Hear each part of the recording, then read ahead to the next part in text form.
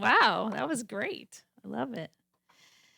Well, we are freshly back. We last Sunday, right after church, man, we ran out to the van and we got on a plane and we barely made it. We had a flight scheduled later and they bumped it up earlier and we had to run really quick and we made it though. Like they were boarding as we're like coming up. I was like, woo, wow. The kids are trying to eat pizza while, one of us is running to get pizza.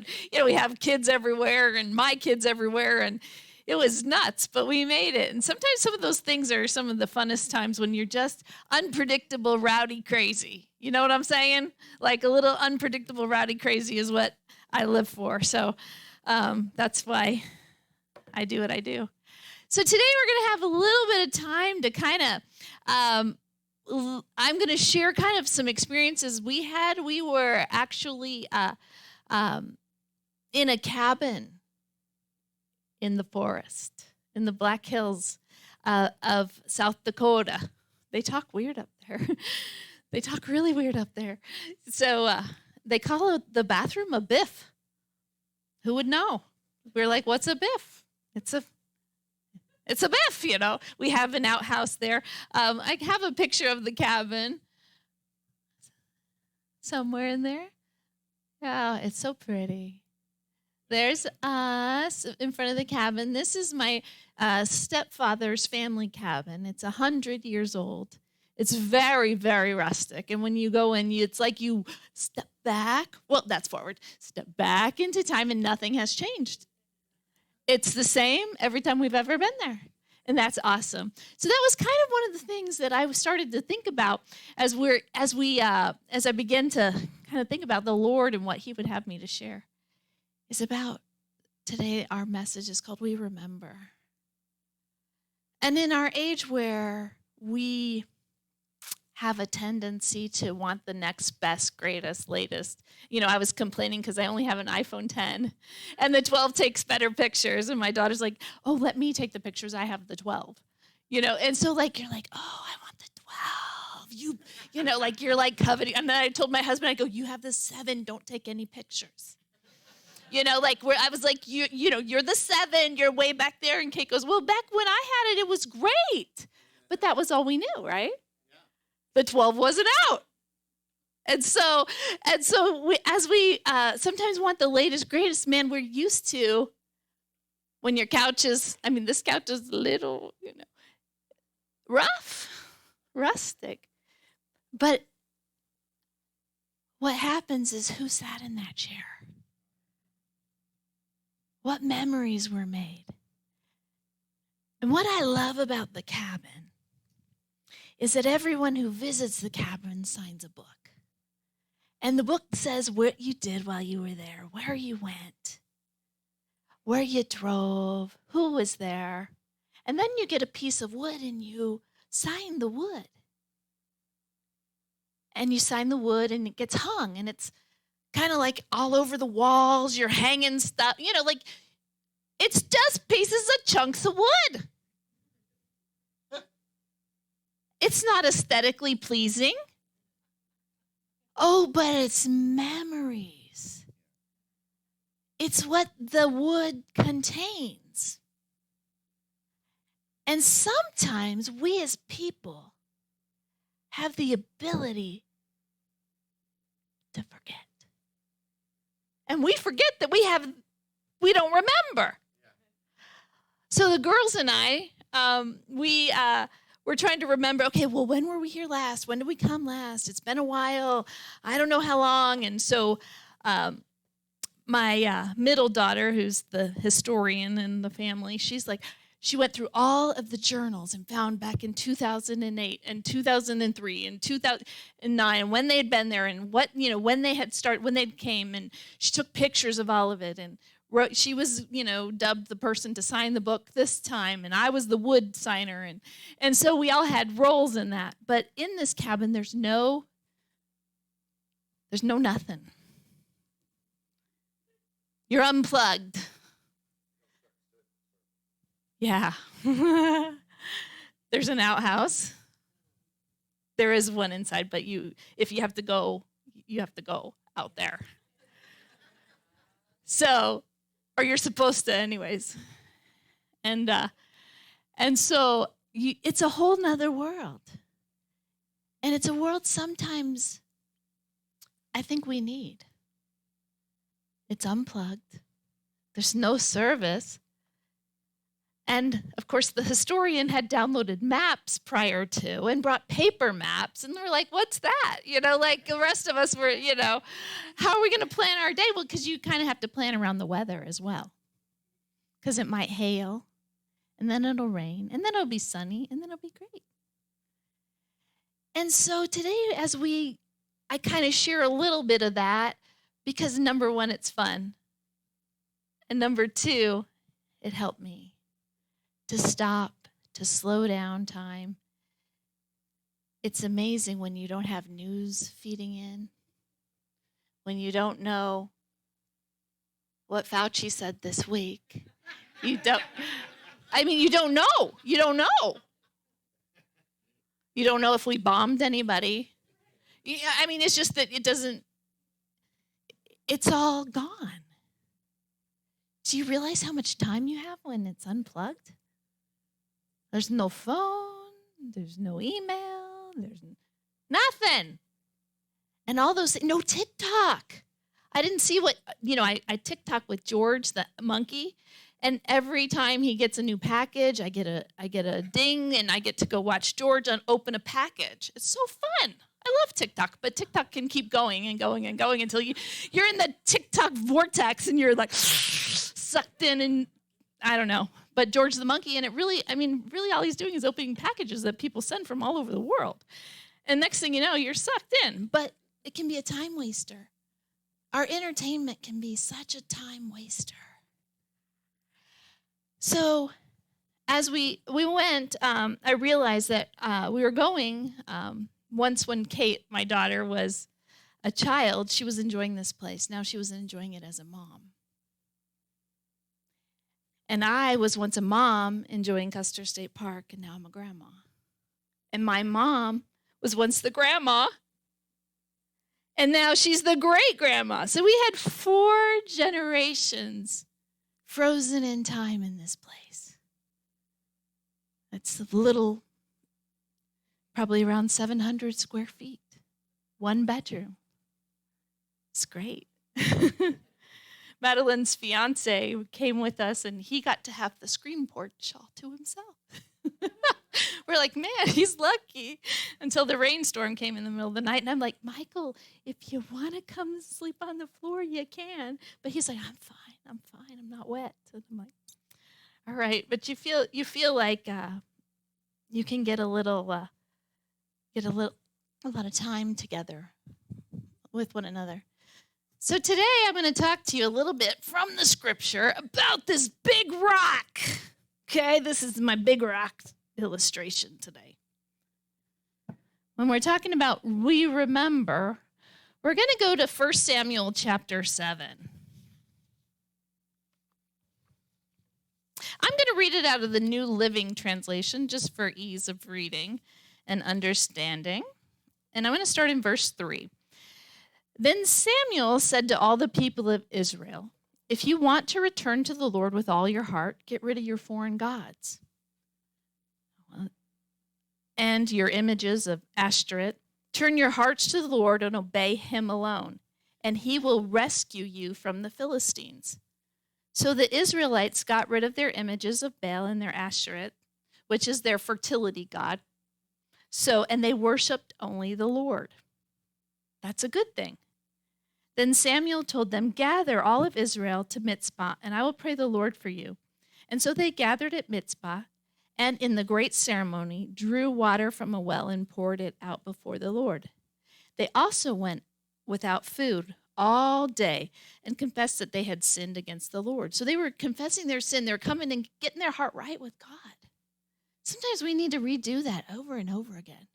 And do you know when it's quiet, you can really hear well? Sometimes there's a lot of voices.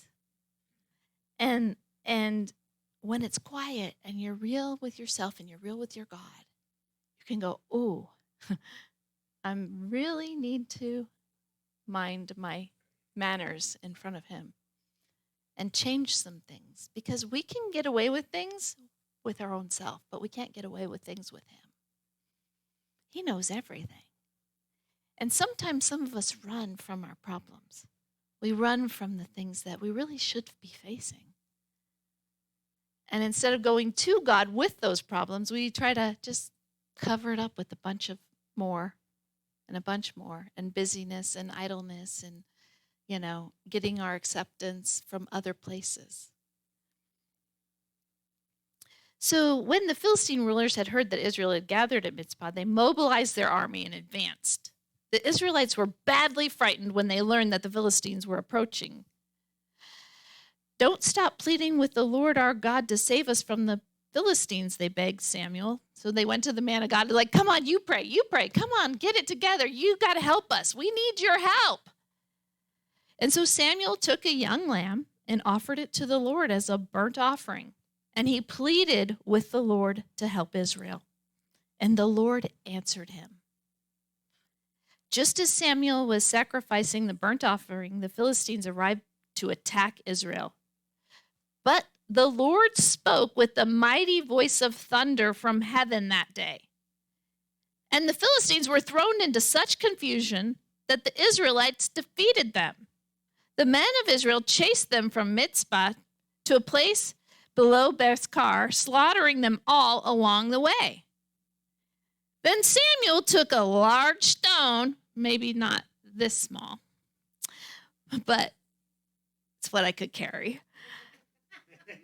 And find that would stand up, actually. And placed it between the two towns.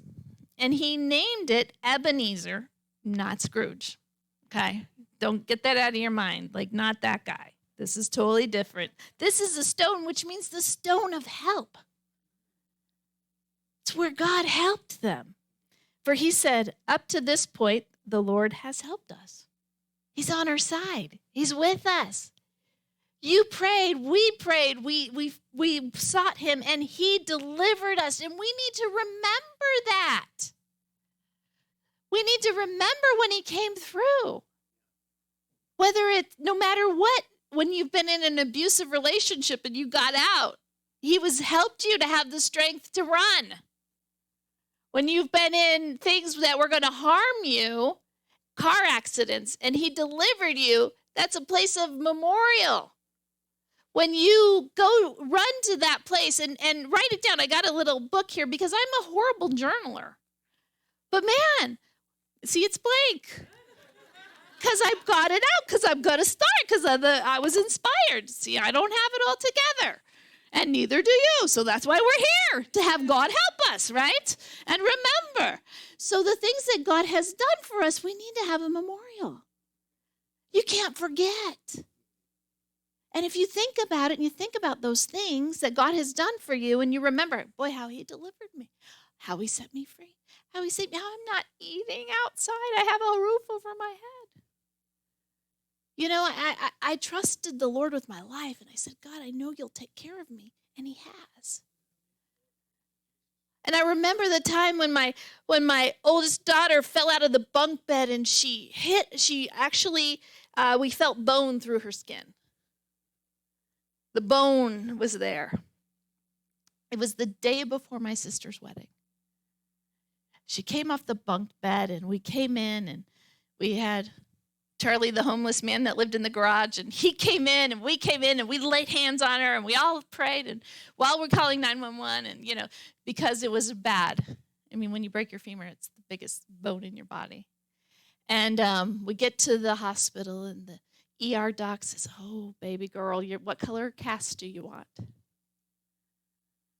And she's like, "Oh," she's just, middle school.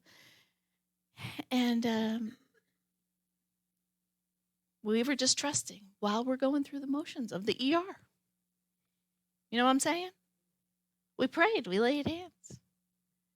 And when that radiologist came back and said, "It's not broke. There's no crack. You could feel the bone, though. The bone was there. It's not even, it went back." When one of our daughters went through the almost walk of cancer, and it was halted. Everything looked like cancer. The oncologist appointment was the next day. It looked dark. It looked black. It looked hellish. We'd only been here 6 months. When we were at our other job, we were double insured. We moved to Texas, and we have no insurance. Hallelujah. So you cash in what you have, and you make it work. Within 3 months, our baby girl's laying on the couch, and we're just trusting.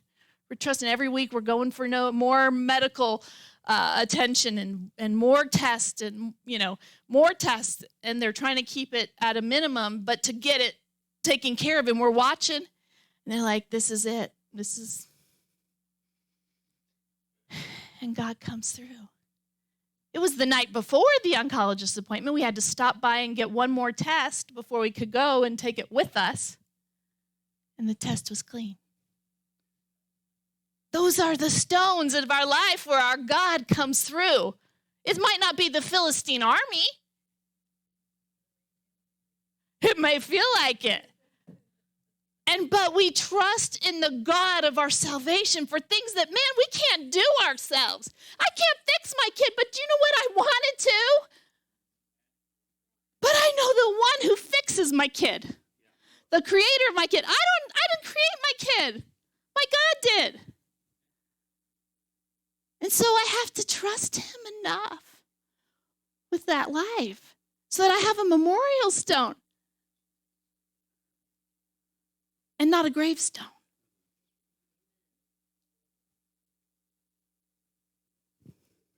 And some of you have gravestones, and I'm sorry, and that doesn't mean you don't have faith. I'm not saying that at all. I'm just telling you how, but you have other victory stories. You have other ones. And all those stories, if we well up in our hearts sometimes where we remember, or maybe we didn't know. That's why I want to tell you he's good. I want to tell you can trust him and work it, even at some of the hardest places. He's the rock of our salvation. He's our ever-present help in trouble.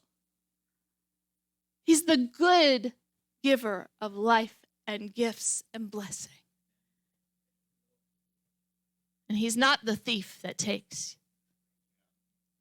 We know who the thief is. And when you catch him and you see it, like, you're not going to take this from me. You have a stone. And so we walk through things because life is hard. And what do you do after the cleanup of life? When you hurt, you don't blame the Creator. You never blame him. You never knock him. He is your rock. He's your Ebenezer stone.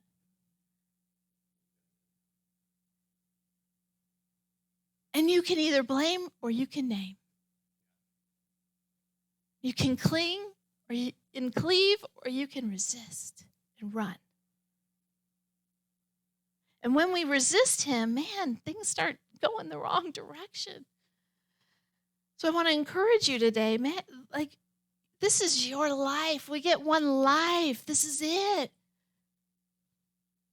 And our mistakes he will make to prosper.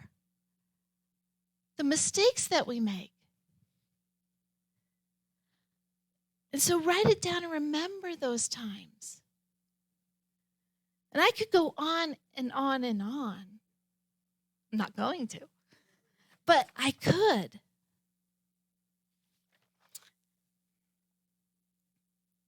So the Philistines were subdued and did not invade Israel again for some time. Sometimes when you put the devil on the run, he's not coming back for a while because you've stood your ground.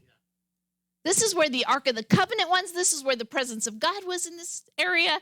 And they stood their ground and they did not move. And they let God's presence, the one that they worshiped, and worshiped him with all their heart. And when they realized, hey, we're not doing the right thing, something's coming. You know, sometimes some of you have a hard time because you forget. You forget who God is. You forget that you need him. You forget that you're dependent on him. And then we forget that we need his presence. He is an ever-present help in time of trouble, but guess what? He's there when you're not in trouble. And me, I could sometimes swing like a monkey off a rope and just kind of go, Tarzan, help, you know, because I need, you know, like, God, you know, you're just like, I need you, and I'm swinging in to his presence. You ever done that? Sometimes it's just like you're so desperate. Sometimes we don't need to just be there to go into his presence. Go in because just walk in because he said you can walk right into his presence. I love it. And throughout Samuel's lifetime, the Lord's powerful hand was raised against the Philistines. And the Israelite villages of Ekron and Gath and the Philistines had captured and were restored. All that they had captured were restored to Israel, along with the rest of the territory that the Philistines had taken. And there was peace between Israel and the Amorites in those days. And Samuel continued as Israel's judge for the rest of his life. And that's that Ebenezer stone, that memorial, that great place, that stone of help. We need that stone of help. He doesn't change. He said, I'm God and I change not. That's why he's he's the stone. He's the rock of Gibraltar. He's it, you know? We need him. And so we need memorials. So let's go to Genesis 28 because I want to talk about it. We're talking about the Ebenezer stone, but there's also some tranquility that I'll see like right in here with before I go to that story. I'm going to show you a little tranquil river picture by the river. Down by the river in a van. There we are right there on the river. This is right down from the cabin. There's this river that runs through it. Well, not really through ours, but next door to us is the governor's house. Her cabin. Well, Christy, no, and I wish she would have been there because I would have been knocking. Because I would have said, you're real cool, I like you. But this is her little river right there. And we actually went over there because nobody was home and there was nobody to say goodbye, go away. So this is it. So those are memorial places. Those are resting places. That's where you find rest in him. And you know, you can rest when it's quiet, when your mind is filled and things are tough. It's hard to rest. So let's go to Genesis 28, and I'll go back to where I was. Meanwhile, Jacob left Beersheba and traveled to Haran. At sundown, he arrived at a good place and set up camp and stopped there for the night. Jacob found a stone. Now, this stone wasn't his. This was his Ebenezer stone. It wasn't called that in this, but let's talk about it. A stone to rest his head. How would you like that for your pillow? Mike Lindell. So, as he slept, he dreamed of a stairway that reached the earth up to heaven. And he saw the angels of God going up and down the stairway. At the top of the stairway stood the Lord. And he said, I am the Lord, the God of your grandfather Abraham, and the God of your father Isaac. The ground you are laying on belongs to you. I am giving it to you and your descendants. Your descendants will be as numerous as the dust of the earth. This is a big promise right here. This is a big one. They will spread out in all directions, to the west and to the east, to the north, to the south, and all the families of the earth will be blessed through you and your descendants. What's more, I am with you. I will protect you wherever you go. One day I will bring you back to this land. I will not leave you until I have finished giving you everything I have promised. And then Jacob woke up from his sleep and said, surely the Lord is in this place. I wasn't even aware of it. But he was also afraid and said, What an awesome place this is. It is none other than the house of God, the very gateway to heaven. The next morning, Jacob got up very, very early, and he took a stone he had rested his head against, and he set it upright as a memorial pillar. Then he poured olive oil on it. I was going to do that, but I thought I'd make a mess. He named that place Bethel, which means house of God. Although it was previously called Luz, sometimes there's a new name you need. Some of you need to call something different. You need to do something a little different than it had been and call it a different name. And then Jacob made his vow, if God will indeed be with me and protect me on this journey, and if he will provide me with food and clothing, and if I return safely to my father's home, then the Lord will certainly be my God. And this memorial pillar I have set up will become a place of worshiping God, and I will present to God 1/10 of everything he gives me, because we want to give back to God. And so each family, we need memorials. Our churches need memorials. Our nation needs memorials to remember the good things. Maybe when a battle was won, when, I remember I had a baby book when I was little. My mom used to write something in that all the time. Now, I did with my first child. My second child, not so much. My third child, I don't even think I had one. Unfortunately, I was not good at, remember, the empty book, So there were things that I didn't, but I captured it in photographs. And there's different ways we can capture things that memorialize things that happened.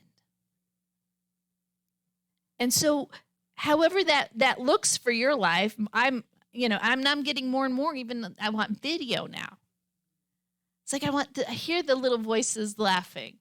I want to hear the pitter-patter of the feet. I want to hear that now more than ever. And how easy it is. We carry that with us everywhere we go, something to capture that. And so we remember with the battles we won.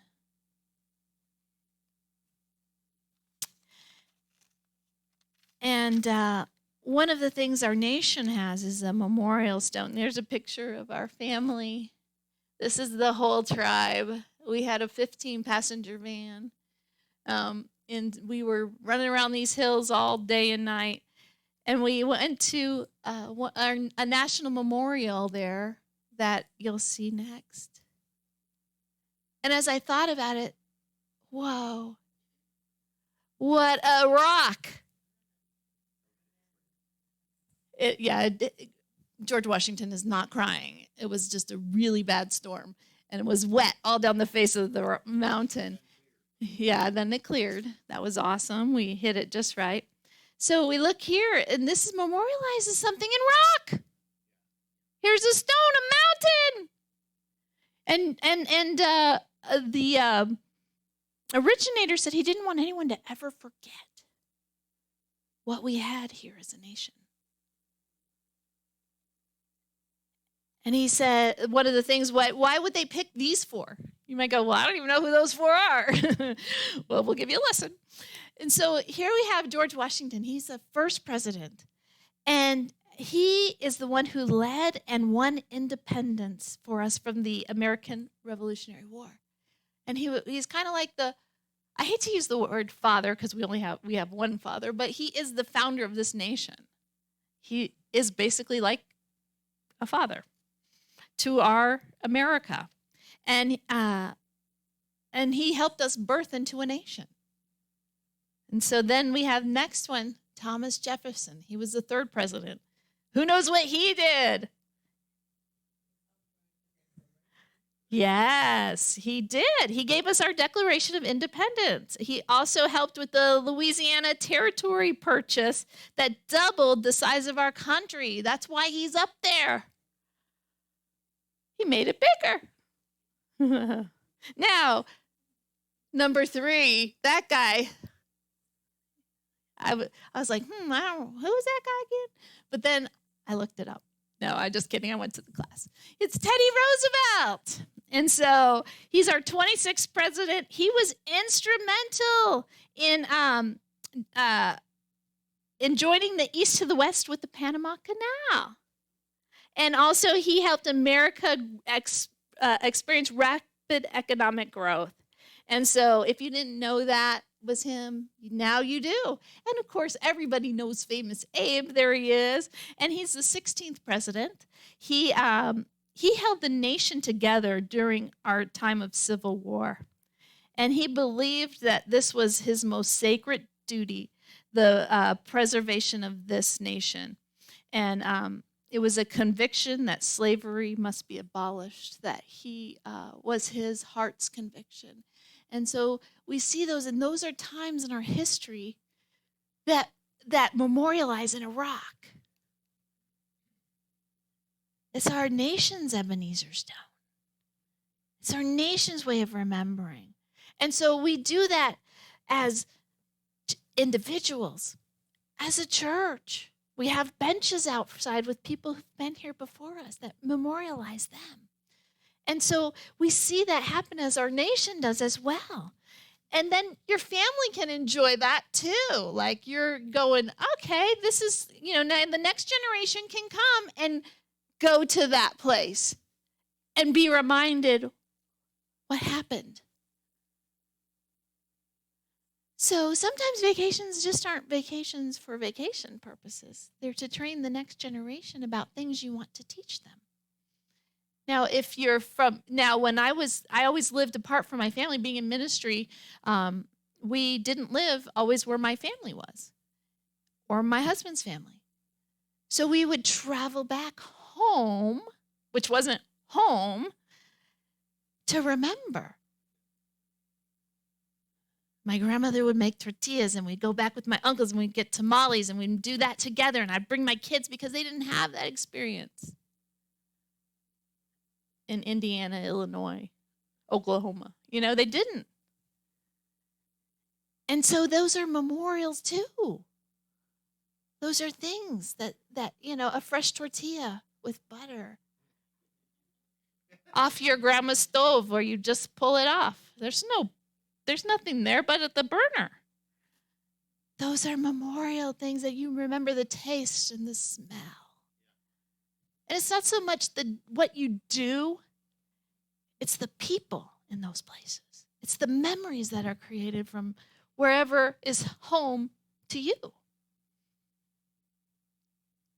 And maybe you don't like the place, that's why you left it, but it's still home and it's still in you. And so we might be we're kind of walking through this earth for a short time. We're waiting for a real home, and sometimes we can get a little antsy here. I'm going to move. I'm going to go here. Oh, I like this place. I'm going to do this. I'm going to do that. We can make our own plan. And man, it's fun, right? Because sometimes there's this void in there of home, the real home, the home that only God has. There's a God placed hole inside of us, and we're still waiting to get there. We're still here with Jesus in our heart, but we still have heaven. And there's a part of us, we wander because we still want something. Even when we're in Christ and we're a new creation and old things are passed away, everything's new, man, sometimes there's still a part of us is like, I want to see him. I want to meet him. I want to be there with him. Over there still seems okay. But that should be good. We're yearning for that. We have that hope that we will be in heaven one day. And so even as we're challenging you today to remember things,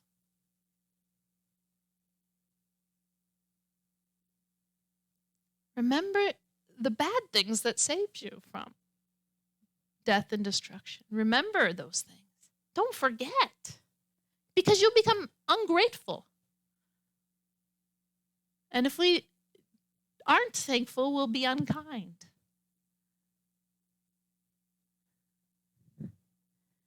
So I would like to challenge you in a few areas. There's 3 areas. Is to remember the good things about the people that you care about.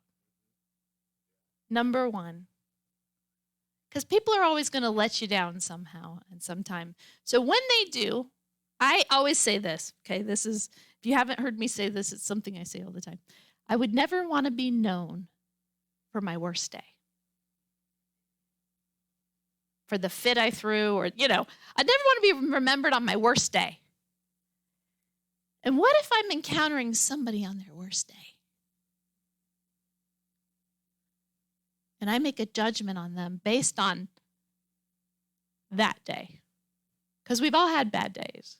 I'm not justifying a bad day and being a grouch, but whatever. But also, be careful not to judge somebody on their worst day. And on the flip side, sometimes we judge people on their best day. And that's bad too. But when you have a relationship with somebody, you tend to see both. And so remind yourself about what you really believe about that person, how you really feel about them. Because statistically, the more intimate you become with people, the less you like them.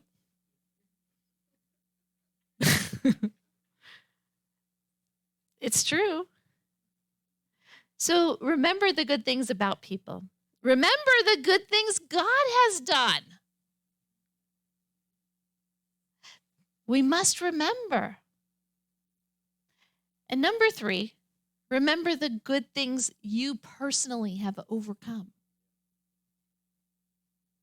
When you gave up the addiction, when you stopped, doing whatever you were doing, when you chose to serve God, you stopped stretching the truth. You stopped, you started giving a little bit more. You started, with the things you've overcome that have brought you to a better place. And so I love that we can do this as humans, but it's not always natural. It's not always we don't always have memorial or wood hanging all over the house with every, buddy that ever visited your cottage. And you might forget. You might feel lonely and you'll forget when nobody comes. But you'll forget. People have come. You'll forget the phone calls. You'll forget when you feel lonely, all you can see is the loneliness. And you'll forget. And so I want to be like a big sister and go, remember that time, I want to cheer you on today to remember the good things. Remember the blessings. One of the things about the Ebenezer stone is there's a very old hymn called Come Thou Fount of Blessing. And that is actually, it talks about raising your Ebenezer, raising that up, raising that place of hope, that place where God met you, that stone of help when he helped you, when when you thought your bills wouldn't get paid, but they did, when you thought there was no hope and he did it. I tell you that story about how we had no food and the lady with the big Lincoln Navigator pulls up to the house, packed the back full of Costco food one night before Christmas and Christmas gifts. And I was like, how did she know? She just did. And she just obeyed. And one of the areas most of the time we miss it with the Lord is we'll get a thought. And we think it's just us. Like, oh, that's not. And those little thoughts of random kindness or prayers or gifts or whatever it is are sometimes just that still small voice of the Holy Spirit asking you to pray, asking you to do, asking you to be available, to give, whatever. I don't know. Can be a lot of different things. And one thing I can tell you about God is he needs your cooperation. He doesn't do it without you. He doesn't just go, bing, oh, Jennifer. There's no money trees falling out of heaven. There's no, if somebody's going to be generous, if generosity is going to happen, it comes through people. If, that's why he asks us to lay hands on the sick, because it's going to have one person touching another person, right? It's going to take you doing something for somebody else. It doesn't just happen. And so it's part of the equation of God and the earth. That's why you need to pray more. You're the part of the equation for your kids, for your grandkids, for your friends, for your church members, for your church. Right? You're part of the equation that helps that happen. God just doesn't bless it because he's just, he needs you to ask.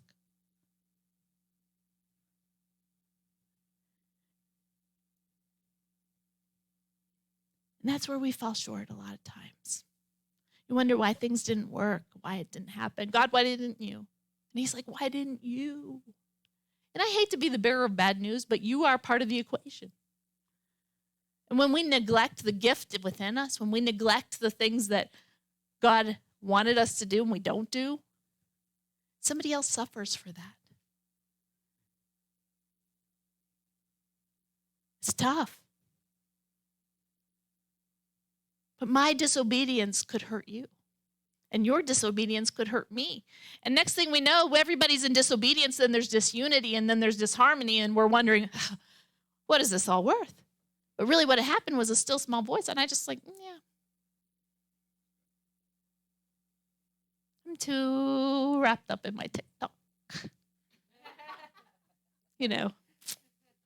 Too wrapped up in We Love the Alone series. Too wrapped up in alone. Yeah, I realized I couldn't be alone 100 days in that cabin by myself, even with a roof over my head. But, God has been faithful to us, so let us not forget. Let's remember. Let's bow our heads right now. You are God, our help.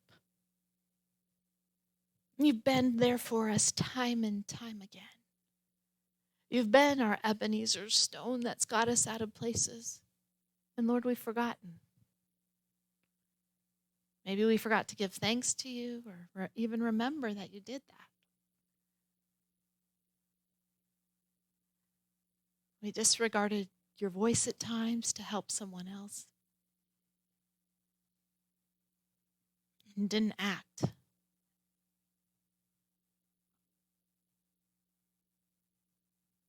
So we ask you to help us grow today.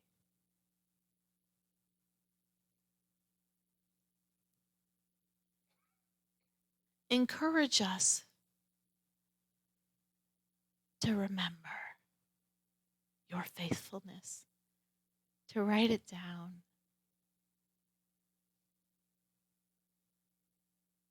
to remember, because we know you're at work in our lives. And we know you're good. Thank you.